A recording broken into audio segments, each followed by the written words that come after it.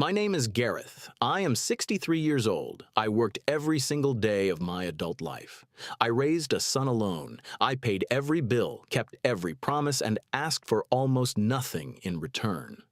And then, one Tuesday morning, I reached into my wallet at a supermarket in front of a cashier young enough to be my granddaughter, and my card was declined. Not because I had no money, because my son had moved it. What Flynn didn't know, what none of them knew, was that 3 weeks before I ever set foot in that house, I had already made 2 phone calls. One to my bank, one to a woman named Fleur, and from that moment on, everything that looked like surrender was strategy. This is not a story about an old man who got taken advantage of. This is a story about a man who let them think he did. Before you read another word, subscribe and hit the bell right now. This story has 6 chapters, and each one ends somewhere you will not expect. The people who subscribed early, they already know what Flynn found on a Tuesday morning that broke him completely. Don't be the last one to find out. Drop in the comments, have you ever had to stay quiet to stay winning? Let me know. Gareth's answer might surprise you. Like this, if you believe some lessons can only be taught in silence. I remember the exact weight of the suitcase. 1 bag. 63 years of living, and I packed 1 bag because I didn't want Flynn to see me carry too much into his house. I thought if I arrived with very little, it would feel less like defeat. Looking back, I understand that it felt like defeat regardless, because it was. Not the financial kind, not the practical kind. The specific, quiet defeat of a man who realizes that the child he built his entire life around now sees him as a problem to be managed. The drive took 3 hours. I spent most of it watching the motorway signs and thinking about Margaret, Flynn's mother, my ex-wife, and how she used to say that Flynn got his stubbornness from me. I used to take that as a compliment. Sitting in that car, suitcase in the boot, I wasn't so sure anymore. Flynn met me at the door. He looked well. He always looks well. Pressed shirt, easy smile, the kind of handsome that comes from a life where things have mostly gone right. He shook my hand rather than hugging me, which he has done since he turned 30, and decided physical affection was something that needed to be earned or scheduled. Elowen stood just behind him, elegant in that way she always is, like a painting that's been hung very carefully and is not to be touched. She smiled. It reached her mouth, not quite her eyes. The guest room was beige. I don't mean a warm beige. I mean the specific shade of beige that decorators choose when they want a room to have no personality whatsoever, so that no one can complain about it, but no one can love it either. There was a single window that looked out onto the side wall of the neighbor's garage, a bed with 4 pillows that no one had ever slept on, a small bathroom that joined to no other room because no other room needed it. I sat on the edge of the bed and said nothing for a long time. I want you to understand something about that silence. It wasn't grief, exactly. It was more like taking stock, the way a man does when he walks into a room after the furniture's been moved and has to relearn where everything is. I was 63 years old. I had a health scare 6 months prior, nothing fatal, but enough to rearrange my sense of what was sensible. My flat had stairs. My doctor had concerns. Flynn had a house with a ground floor room and a wife who, at the time, I believed was simply cautious rather than cold. I had agreed to this. That was the part I kept returning to. Dinner that first evening was careful. Flynn talked about his work, something about a new logistics contract, regional expansion, numbers I didn't fully follow but nodded at generously. Elowen served a chicken dish that was very good and said perhaps 11 words across the entire meal. I noticed she refilled her wine glass twice without offering any to Flynn first, which struck me as the action of a woman operating on a kind of internal autopilot, performing the dinner rather than living it. Flynn's friend Elias joined us. He arrived late, loud, with a bottle of red wine and that easy laugh he has, the kind that fills a room before he's even taken his jacket off. I had always liked Elias. He treated me the way a good man treats an older man, not like a relic, not with exaggerated deference, but simply like a person worth speaking to. He asked about my consulting work. He asked about my garden. I had mentioned once, years ago, that I kept a small garden, and he remembered. That is the kind of detail that tells you who a person really is. Flynn talked over him twice without noticing. After Elias left and Elowin had gone upstairs, Flynn came into the sitting room where I was reading and sat down across from me. He had a piece of paper in his hand. He set it on the coffee table and slid it toward me the way people slide things in films, deliberately, like a gesture that had been rehearsed. It was a bank form, a joint account, my name, his name. "Just to make things easier, Dad," he said. "You shouldn't have to think about bills, groceries, any of it. I'll take care of all of that. You can just—" He paused, searching for the word rest. I looked at the paper. I looked at my son.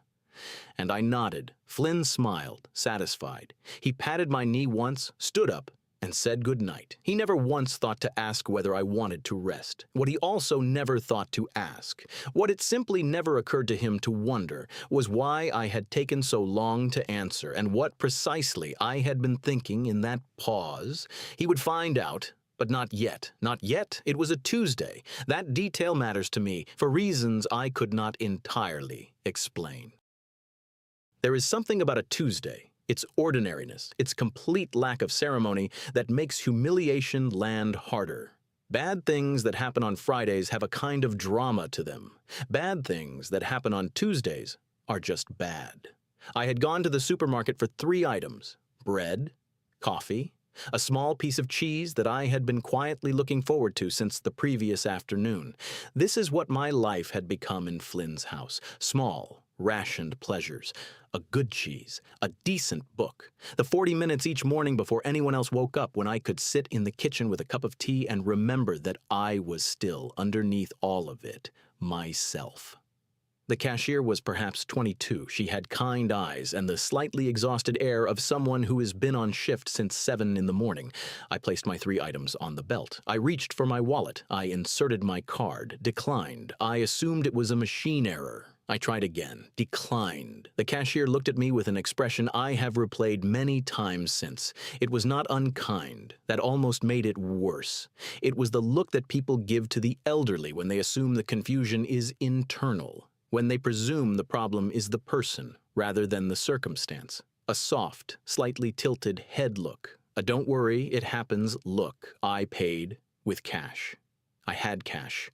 I always keep cash, a habit from a generation that understood that systems fail and that a man should never be entirely dependent on anything he cannot hold in his hand. I bought my bread and my coffee. I left the cheese. I walked to the car. I sat in it for 6 minutes without starting the engine. Then I drove home and asked Flynn very calmly about the account. He was calm too, prepared. He explained that he had been in touch with my bank. He said this so easily, so without any apparent awareness of what it meant that he had done it at all, and had set up the transfers. My pension deposits, my consulting income, all of it now routing into the joint account, which Flynn, and Flynn alone, had the primary access card for. "I've been meaning to tell you," he said. "I just wanted to get it all set up first, so it was clean." I remember standing in the kitchen doorway listening to this. I remember noticing that Elowin was at the kitchen table with her phone, not looking up, and I thought, she knew. Whether she agreed or disagreed, she knew, and she had said nothing to me. "It just makes more sense," Flynn continued. "You don't have to think about it. I handle the bills, the groceries, your top-up. It all comes out of there. You just tell me if you need anything. Tell me if you need anything. I want you to sit with those words for a moment. I want you to understand what they cost a man like me to hear. A man who, at the age of 29, worked 2 jobs simultaneously to keep a roof over his son's head after his wife left. A man who taught himself to cook, to budget, to handle a boiler fault and a tax return and a parent-teacher meeting all in the same week because there was no one else. A man who had been, for 34 years, entirely, stubbornly, fiercely capable.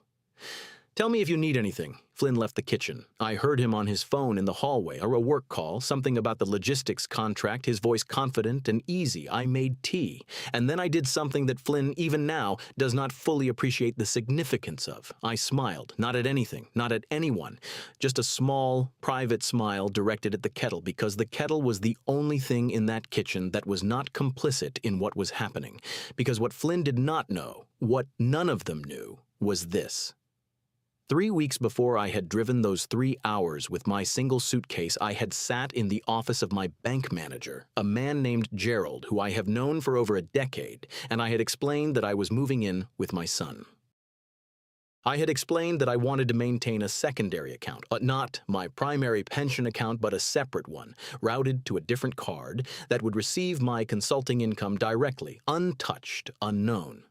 Gerald had been thorough, he had been discreet, and that same week I had called Fleur. 30 years I have known Fleur.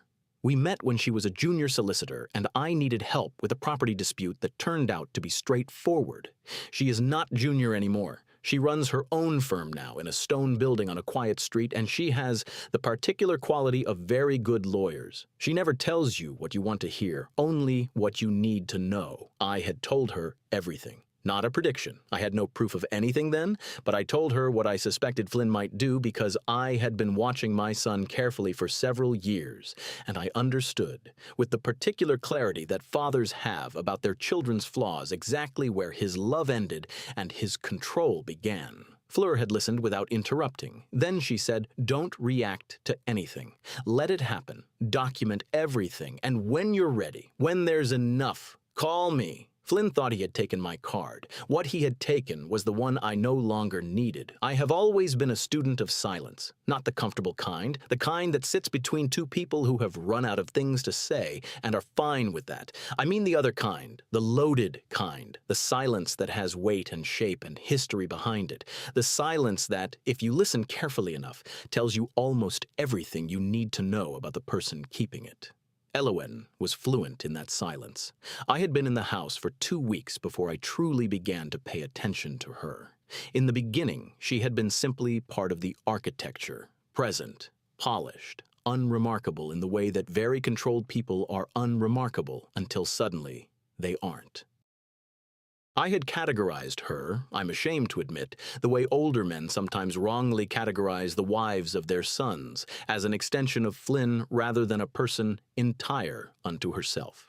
I was wrong about that, profoundly wrong. The first thing I noticed was the phone. Flynn had a habit of leaving his phone face up on the kitchen counter when he cooked, which he did occasionally on weekends with the performance of a man who wants to be seen doing something domestic.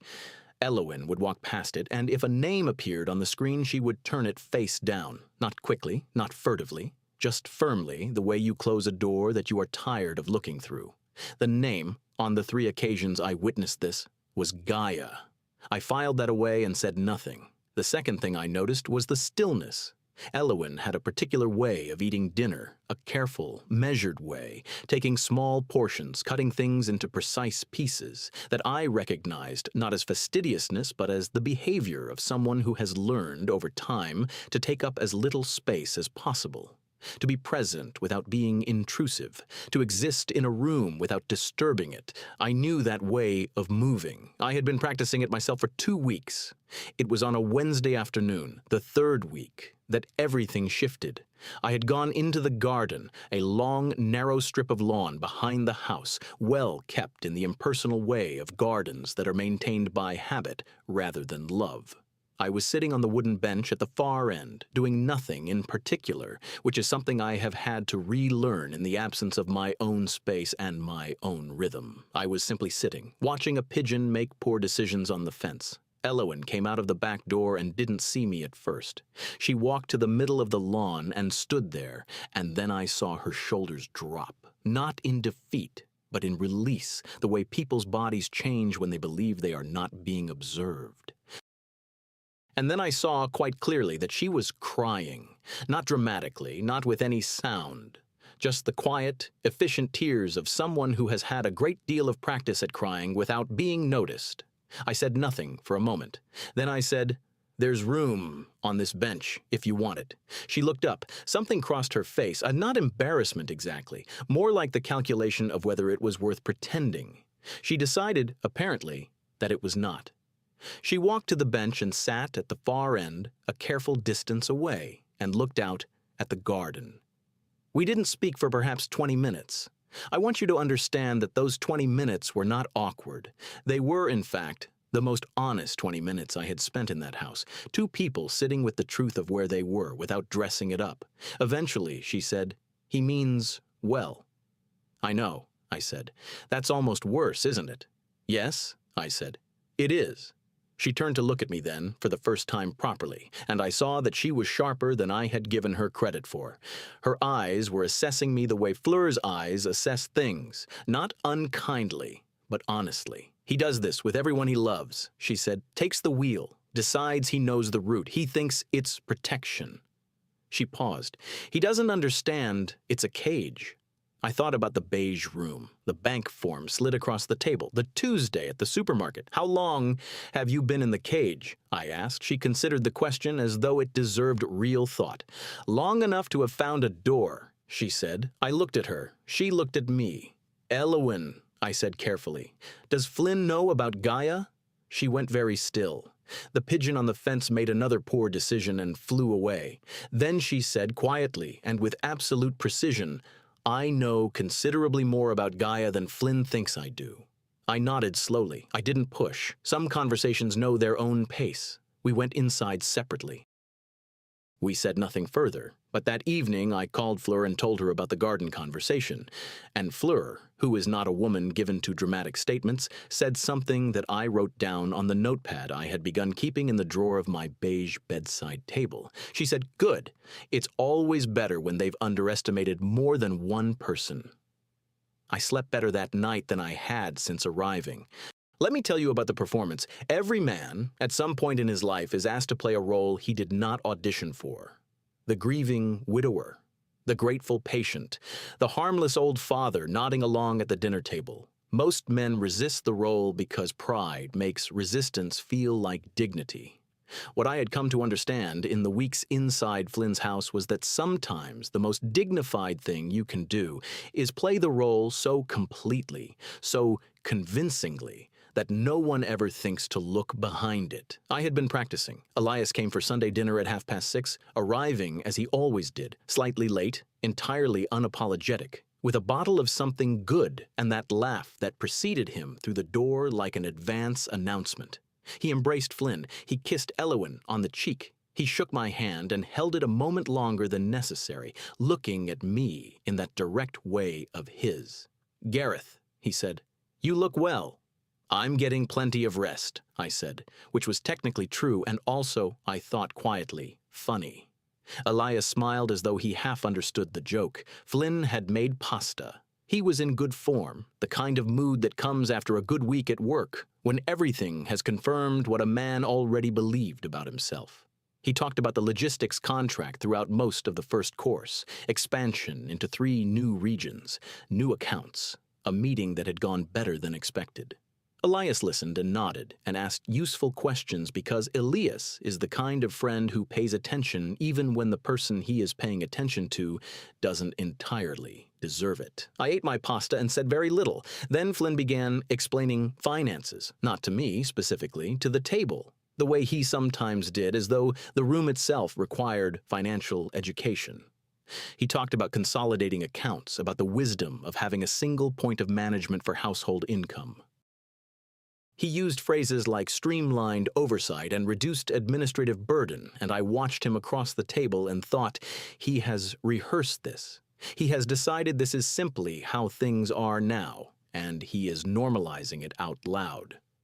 I put down my fork. "Flynn," I said, in the slightly slower register I had been cultivating, "I'm sorry. The new account. Was it the sort of account where the transfers are automatic? I always get confused by the automatic ones." Flynn looked at me with the expression I had been waiting for. Patient, gentle, faintly patronizing. "Yes, Dad. Automatic. You don't have to do anything." Right, I said. I nodded several times as though filing this away with some effort. "And the, what do you call it, the pension portion. All taken care of," Flynn said warmly, reassuringly. "All of it." "Wonderful," I said. I picked my fork back up. Across the table I was aware of Elias watching me, not the way the others watched me. Flynn with that mild managerial satisfaction, Elowin with her careful neutrality. Elias watched me the way a man watches something that doesn't quite add up. His eyes were steady and slightly narrowed, and he turned his wineglass in slow rotations on the tablecloth, which I had noticed was a thing he did when he was thinking. After dessert, Flynn took a phone call in the hallway. Elowen began clearing plates, and Elias leaned across the table toward me with the calm, unhurried posture of a man who has decided to say something and would like to say it only once. "You're not confused at all, are you?" he said. It was not a question. I met his eyes. I held them for one long, level moment, long enough to be an answer without being an admission. "I'm 63, Elias," I said, "not dead." Something moved across his face, not surprise, something quieter than surprise, something closer to recognition, and beneath that, something that looked almost like relief. He held my gaze for another second. Then he leaned back, lifted the wine bottle, and refilled my glass without a word. We said nothing more about it that evening. But 2 days later, on a Tuesday, that word again, that plain, unremarkable word, a brown envelope appeared on my bed. No note, no name, just the envelope, and inside it a set of photocopied documents. I sat on the edge of that beige bed and read them. They were internal communications, business documents, Flynn's name, Gaia's name, and there, in the middle of a financial proposal I had to read 3 times to fully understand, my pension account number, used as a reference asset, leverage in a deal that had nothing to do with me and everything to do with Flynn's ambitions. I sat with those papers for a long time. Then I picked up my phone and called Fleur. "It's time," she said before I had finished the first sentence. I folded the papers back into the envelope, opened the bedside drawer, and placed them on top of the notepad. I looked at the beige wall, the window facing the garage, the 4 untouched pillows. Then I stood up, went downstairs, and made 2 cups of tea, one for me, and one for Elowen, who was sitting alone at the kitchen table looking at nothing. She looked up when I set the cup in front of her. She didn't ask any questions. She simply wrapped both hands around the mug and said very quietly, "Soon?" "Soon," I said.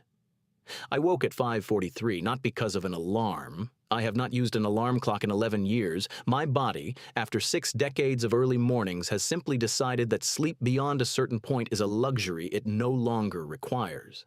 I lay still for a moment in the gray morning light, looking at the ceiling of that beige room, and I thought, today. Just that. Today.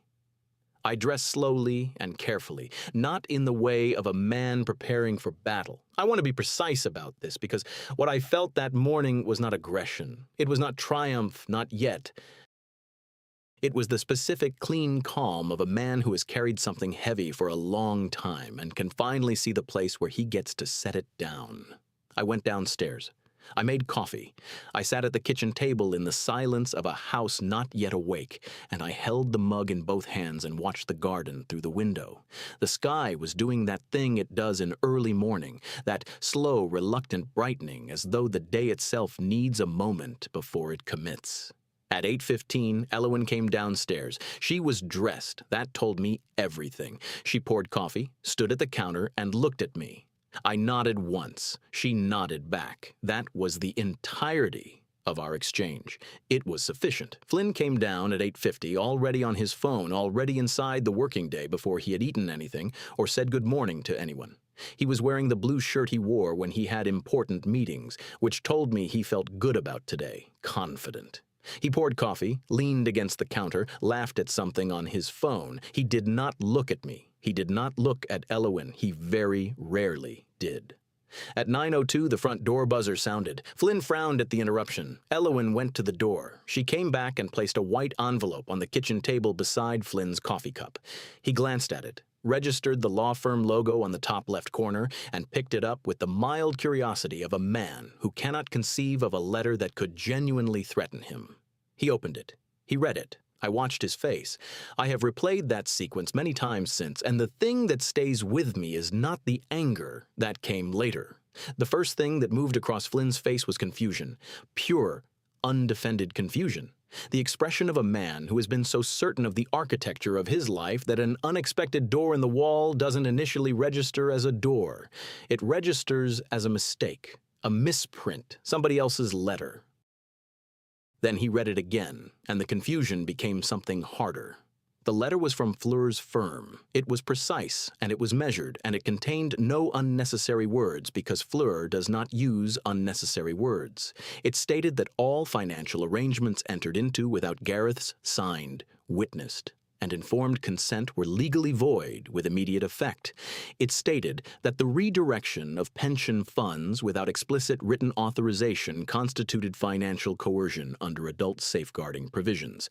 It stated that formal notification had been filed. It stated that Gareth's accounts had already been restored to their original configuration by the bank, effective as of 7:30 that morning. It stated that any further attempt to access, redirect, or manage Gareth's finances without legal consent would be met with full civil proceedings.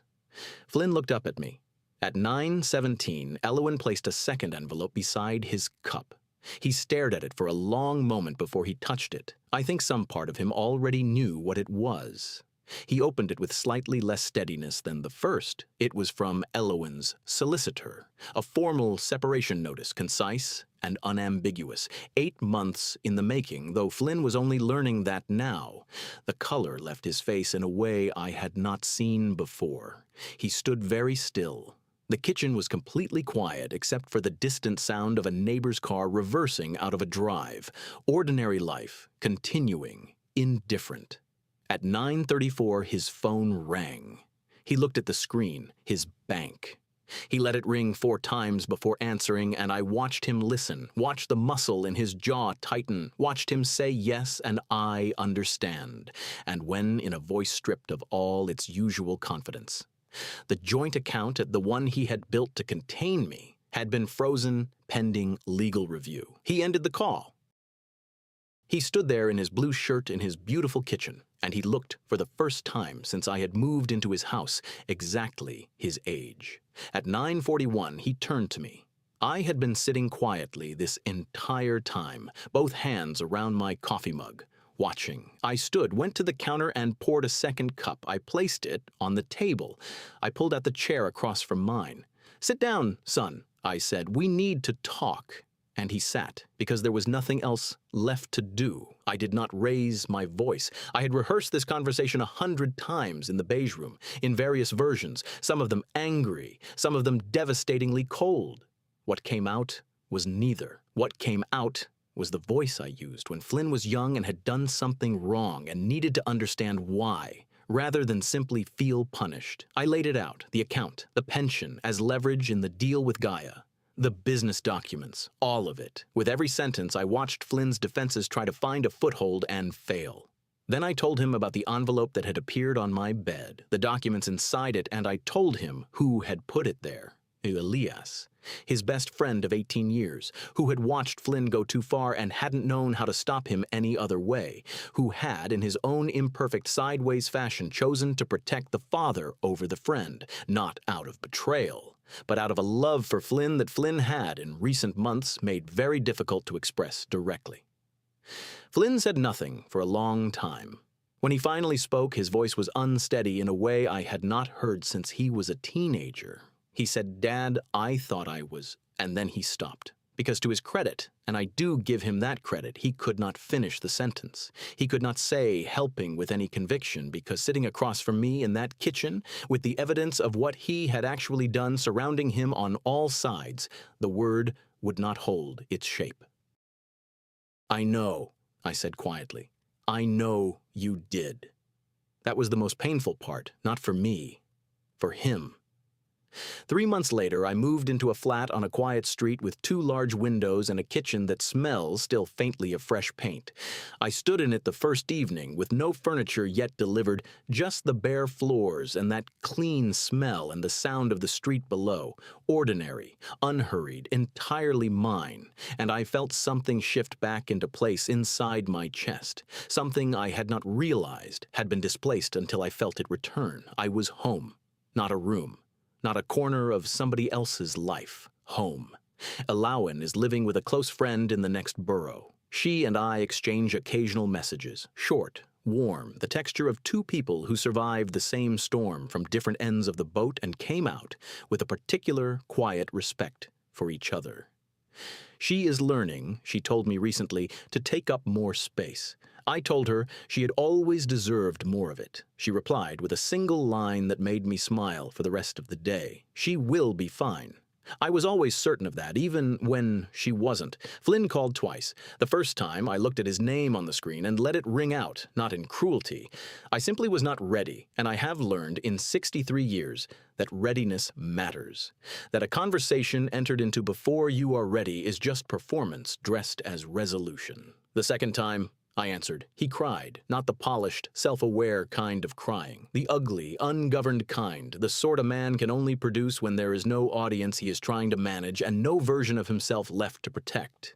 He talked for a long time. He said I'm sorry in 7 different ways and meant it differently each time, and I listened to all of them because they all deserve to be heard. When he finished, I said, I know you thought it was love, Flynn. That's the saddest part, and also the part that means there's still something worth saving. But I need you to understand that love and control are not the same thing. You have to learn the difference, not for me, for yourself. He was quiet for a long time after that. I did not offer forgiveness as a completed thing, wrapped and handed over. I am not built for that kind of transaction, and I don't think it would have served either of us. What I offered instead was the door, left open, unlocked, no promises about what lay beyond it, but not closed either, because he is still my son. Beneath all of it, the blue shirt, the rehearsed confidence, the need to own every room he walked into, he is still the boy I raised alone. And people who have never been taught where love ends and possession begins can learn the difference if someone who loves them is willing to hold the line long enough. I am willing. I am simply no longer willing to pay for the lesson with my dignity. Elias and I meet for coffee on the last Thursday of every month at a small cafe near the market. We argue about football. He supports a team whose recent performances I find philosophically indefensible, and I tell him so at length, and he laughs that loud laugh that fills the room before he's even started and tells me I'm wrong with great enthusiasm. It is the best morning of my month, every month, without exception. I no longer live in a beige room facing a garage wall. I no longer fold myself small to fit into the edges of someone else's life. I no longer hand my mornings to anyone. I did not need revenge in the end.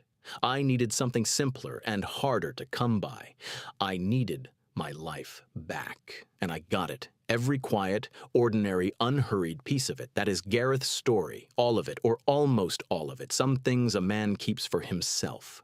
Love and control are not the same thing. If that line landed, if Gareth's story moved you, challenged you, or reminded you of someone, then this story did exactly what it was meant to do. Subscribe and hit the bell right now. More stories like this are coming. Real, raw, human stories about dignity, patience, and people who refuse to be diminished. You will not want to miss a single one. Tell me in the comments, what was the moment in this story that hit you hardest? The supermarket, the garden bench, the 4 envelopes, or those final 4 sentences Flynn heard on the phone? Like this, share this, send this to someone who is staying quiet right now for exactly the right reasons. Let them know that patience is not weakness. It never was, and if you're new here, welcome. Gareth would be glad you stayed.